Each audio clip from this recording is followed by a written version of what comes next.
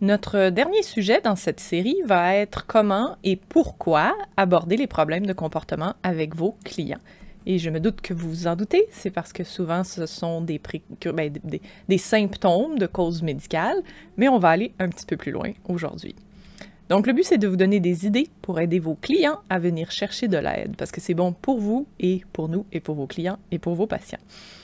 Donc, pourquoi est-ce qu'on en parlerait? Eh bien, la docteure Margaret Duxbury et son équipe ont fait une étude il y a 1 an ou 2 où ils ont placé les gens qui arrivaient à la clinique vétérinaire en 2 groupes. Donc, il y a un premier groupe où on faisait les choses comme à la normale et on notait quels gens parlaient de différents problèmes de comportement. Et ça, c'est les barres en rouge. Et la phase 2, c'était des gens à qui on donnait, quand ils arrivaient à la réception, on leur donnait une petite fiche avec des questions et ils avaient juste à cocher oui ou non. Donc, est-ce que votre chat présente tel problème de comportement, tel problème, tel problème, tel problème? Il y avait à peu près 8-9 questions. Et donc, ils la remplissaient entre le moment où ils arrivaient à la réception et le moment où le vétérinaire rentrait dans la salle d'examen. Et donc, il y a eu des bonnes différences. Donc, si on regarde ici, la question 1, c'était la litière. Donc, si on ne vous dit rien, il y a à peu près 8% des gens qui vont volontairement parler du fait que leur chat ne va pas dans la litière parce que c'est dérangeant pour eux. Par contre, si on leur pose la question, on monte à 20%. Donc, il y a beaucoup de gens qui viennent vous voir qui ne vous parlent pas du fait que leur chat ne va pas toujours dans la litière. Ça, c'est très intéressant. La désorientation, c'était la question numéro 2. Donc, normalement, la nuit, le fait d'être désorienté. Personne n'en parle, mais si on leur pose la question, 11-12% des gens vont vous dire que ça survient. 5, c'est l'agression dirigée vers les humains. Donc, il y a à peu près 8% des gens qui vont volontairement donner cette information-là, puis il y en a peut-être 27% si vous leur posez la question qui vont le dire. Donc, encore une fois, là, on a des vraiment grosses différences, puis c'est important, ça, agression dirigée vers l'humain. C'est vraiment pertinent d'en parler encore. Sur toilettage, question 8, personne si on le demande pas, 8% si on le demande. La question 7, c'est plutôt charmant, c'est « Êtes-vous satisfait de votre chat? » Et il y a personne qui a volontairement dit « Je suis vraiment satisfait de mon chat », mais si on leur pose la question, ben, il y a à peu près 90% des gens qui sont satisfaits de leur chat, donc c'est toujours bon à savoir. Il reste une proportion de gens pour qui, là, clairement, il y a des irritants, puis c'est là que c'est important de poser des questions. Et finalement, la question 8, c'est est-ce que les gens veulent de l'aide? Donc, personne ne va vous dire « j'aimerais de l'aide pour le comportement de mon chat ». Par contre, il y a 17% des gens, à peu près, que si on leur pose la question, ils vont dire « oui ». Donc ça, c'est aussi très intéressant. Puis si on met toutes ces questions-là pas mal ensemble, ben, on a peut-être 13% des gens qui vont dire « hey, j'ai un problème ». Mais si on leur pose la question, en fait, il y en a à peu près 47% qui aimeraient avoir de l'aide. Qui ont des problèmes de comportement, donc ça vaut vraiment la peine de leur en parler. Puis je vais revenir un petit peu sur la question 8. La question 8, elle était formulée comme ceci. Êtes-vous suffisamment inquiet à propos du comportement de votre chat pour vouloir obtenir de l'aide pour l'améliorer ou le changer? Pour moi, cette formulation-là est un petit peu, c'était en anglais, là, mais je l'ai traduit pas mal de la même manière. C'est une formulation qui est un peu intense, là. Êtes-vous suffisamment inquiet à propos du comportement de votre chat? On n'a pas besoin d'être on n'a pas vraiment besoin d'être inquiet, beaucoup, pour vouloir venir chercher de l'aide. On peut être irrité par ce comportement-là. On peut trouver ça agaçant, sans être inquiet. Puis on n'a pas besoin non plus de se dire « je suis vraiment inquiet, puis si je suis pas inquiet, j'ai pas besoin de venir chercher de l'aide ». Donc moi, j'ai l'impression là, que cette barre-là, elle aurait été encore plus haute si on reformulait la question un petit peu différemment. Donc, la leçon de tout ça, c'est que ça vaut vraiment la peine de poser des questions parce qu'il y a des choses là-dedans qui sont potentiellement de cause médicale, puis vous les aurez pas si en bout de ligne, vous posez pas la question. Par contre, quand on pose la question, ben, il y a beaucoup de gens qui sont capables de répondre à cette question-là, de dire « oui, j'ai ces problèmes-là », et il y en a 17% à peu près qui veulent activement, oui, venir chercher de l'aide pour ce problème-là. Qu'est-ce qu'on peut demander? Bien, on commence par les questions qui en reviennent aux questions que Dr. Duxbury avait dans son étude, que vous posez peut-être déjà. Donc, est-ce que votre chat urine ou défèque parfois de la litière? Est-ce qu'il semble parfois désorienté? Est-ce qu'il vocalise la nuit? Est-ce qu'il se toilette tellement que son poil s'amincit? Est-ce que votre chat mange des items indigestes? Puis est-ce que votre chat monte et descend des meubles ou des escaliers? Zoétis a un très beau petit quiz en ligne avec des petites figures de minous qui bougent, et il est disponible aussi en français, donc je vous mettrai le lien dans les ressources. Et donc ça aide beaucoup à ce que les gens réalisent « Oh, OK, peut-être que mon chat a des douleurs au niveau de ses articulations dues au vieillissement. » Donc ça, c'est des questions qui sont faciles par questionnaire, puis que vous pourriez vraiment mettre sur un papier et donner très facilement à vos clients. Puis il y a des causes naturellement médicales à tout ça. D'autres questions auxquelles on peut penser. Est-ce que votre chat se chicane parfois avec d'autres animaux? Est-ce qu'il entre en conflit avec les humains de la maison? Est-ce qu'il feule, mord, graffigne, donne des coups de patte parfois? Donc quand on parle de grogne, feule, mord, c'est vraiment des choses observables. Quand on parle de conflit ou de chicane, c'est beaucoup plus subjectif. Ça peut vouloir dire beaucoup de choses différentes pour différentes personnes.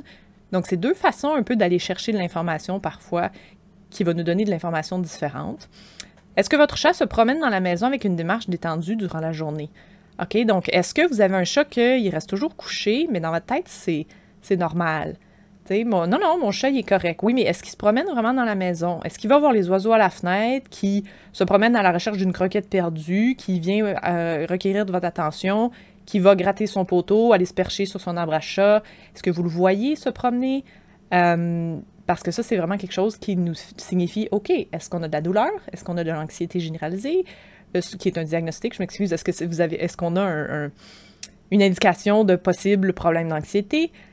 C'est important d'avoir un chat qui est capable de faire des choses dans sa journée.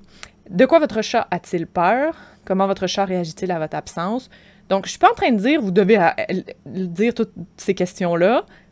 Je veux juste vous donner des idées pour essayer de réfléchir à ce qui peut être utile à demander, puis comment vous pouvez aller chercher plus d'informations de la part de vos clients qui, eux, trouvent peut-être tout ça complètement normal.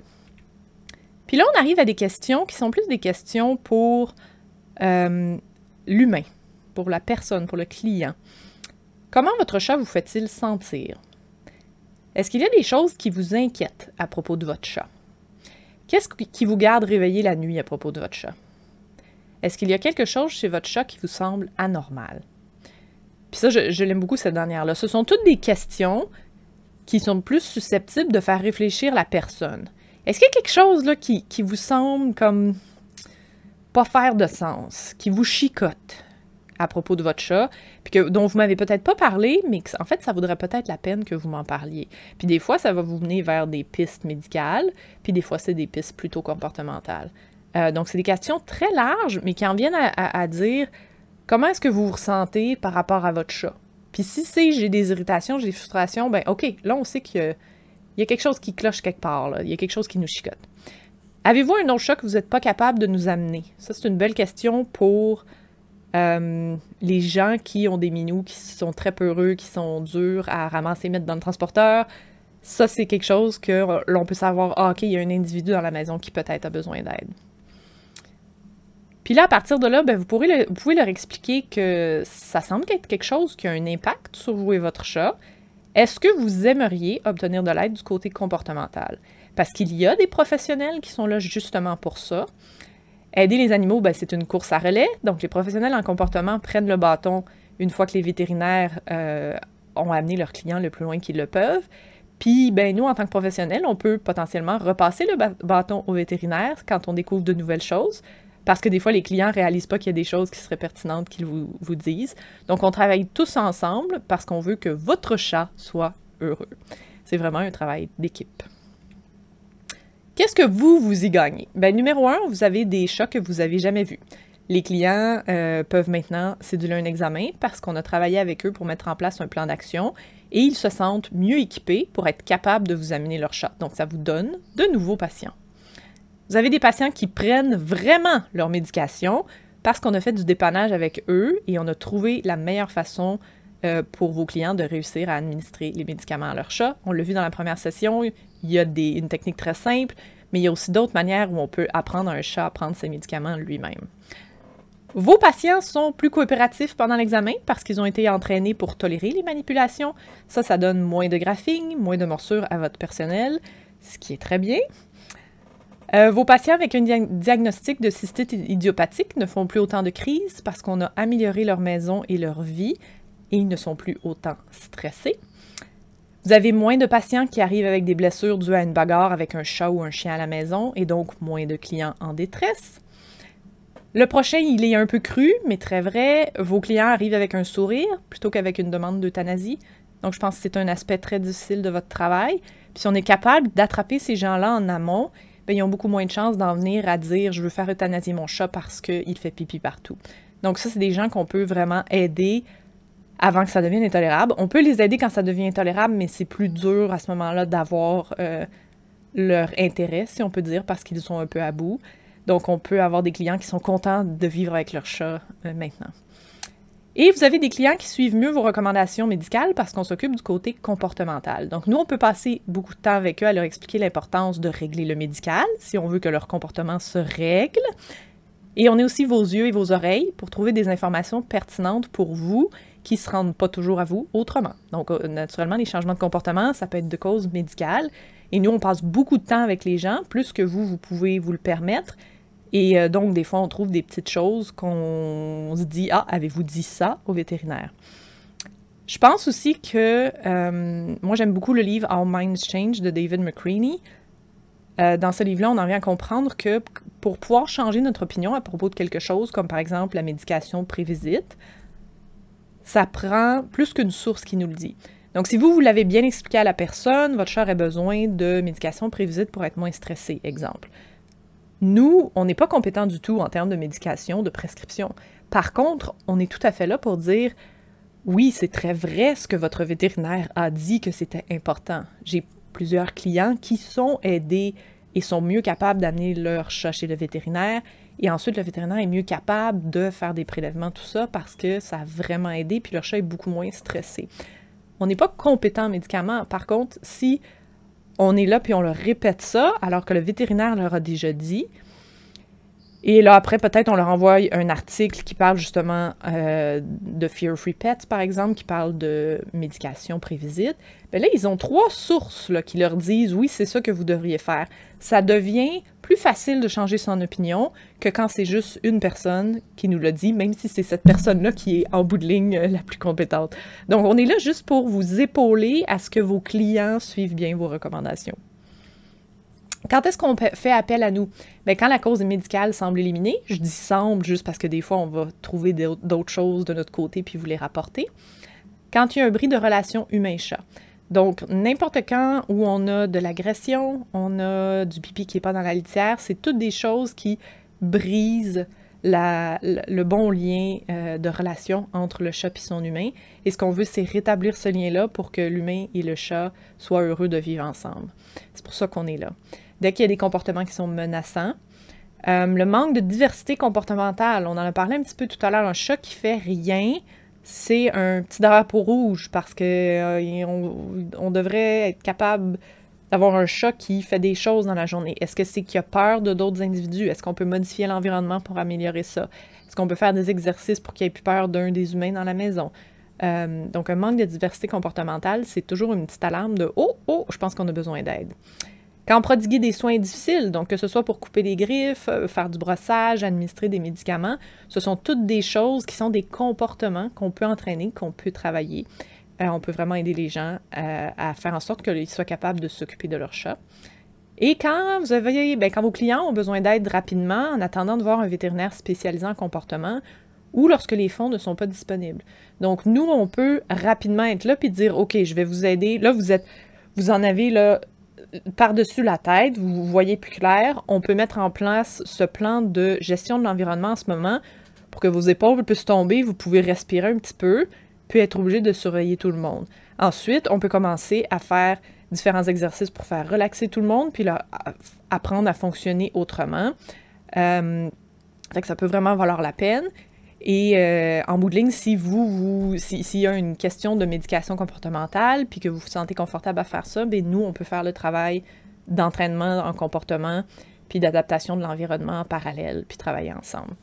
Puis des fois, bien, les gens n'ont pas les fonds nécessairement pour un vétérinaire spécialisé, mais on peut quand même les aider à faire une partie du chemin. Qu'est-ce qu'ils obtiennent quand ils viennent nous voir? Bien, nous, c'est sûr qu'on va évaluer en profondeur toute l'expérience de vie du chat. Son environnement, ses interactions, ses besoins, ses déclencheurs, son échelle de réaction au stress. On va expliquer les sources probables du problème, puis on va monter un plan d'action avec eux qui va être réalisable pour eux dans leur vie. Parce que si c'est pas faisable pour les gens, ben ils ne mettront pas en place. Puis bien sûr, ben, ils vont avoir des ressources spécifiques, que ce soit des plans d'entraînement, du coaching en temps réel, des exemples vidéo, dépendant de leur cas. Comment est-ce qu'on favorise l'action chez les gens? J'aime beaucoup cette citation-là qui vient de Beth Adelman, qui est une consultante en comportement félin à New York. Elle dit « Si vous ne changez rien, rien ne va changer. » Et je pense que ça, c'est très puissant. J'ai pas de baguette magique, vous n'avez pas de baguette magique. Je pense que nos clients mutuels aimeraient qu'on ait des baguettes magiques, mais en bout de ligne, c'est important de leur faire réaliser que eux ont un bout de chemin à faire. Donc nous, on peut leur dire quoi faire, comment le faire, mais il faut qu'eux mettent la main à la pâte un petit peu, parce que si vous ne changez rien, rien ne va changer. Et puis, on n'a pas besoin d'utiliser la menace ou la douleur pour changer le comportement de notre chat, c'est pas requis, ça mine la confiance de toute façon que le chat avait en nous. Les connaissances qu'on a en éthologie, en sciences du comportement, nous permettent aujourd'hui de faire bien mieux que ça. Et c'est pour ça qu'il y a des professionnels en comportement félin. Et nous, on peut prendre le temps de passer à travers tous les aspects qui peuvent contribuer au comportement de leur chat de manière à bâtir le meilleur plan possible. Je vous remercie beaucoup de votre attention. Je vous remercie aussi si vous avez regardé toute cette série de Lunch et Découvertes. S'il y a des sujets qui vous intéresseraient à l'avenir, s'il vous plaît, faites-m'en part. Si vous avez des idées de choses qui pourraient aider vos clients, par exemple, ou qui vous aideraient vous, n'hésitez pas non plus à communiquer avec moi. Je vous remercie pour tout ce que vous faites de merveilleux pour nos chats tous les jours et je vous souhaite une très belle fin de journée.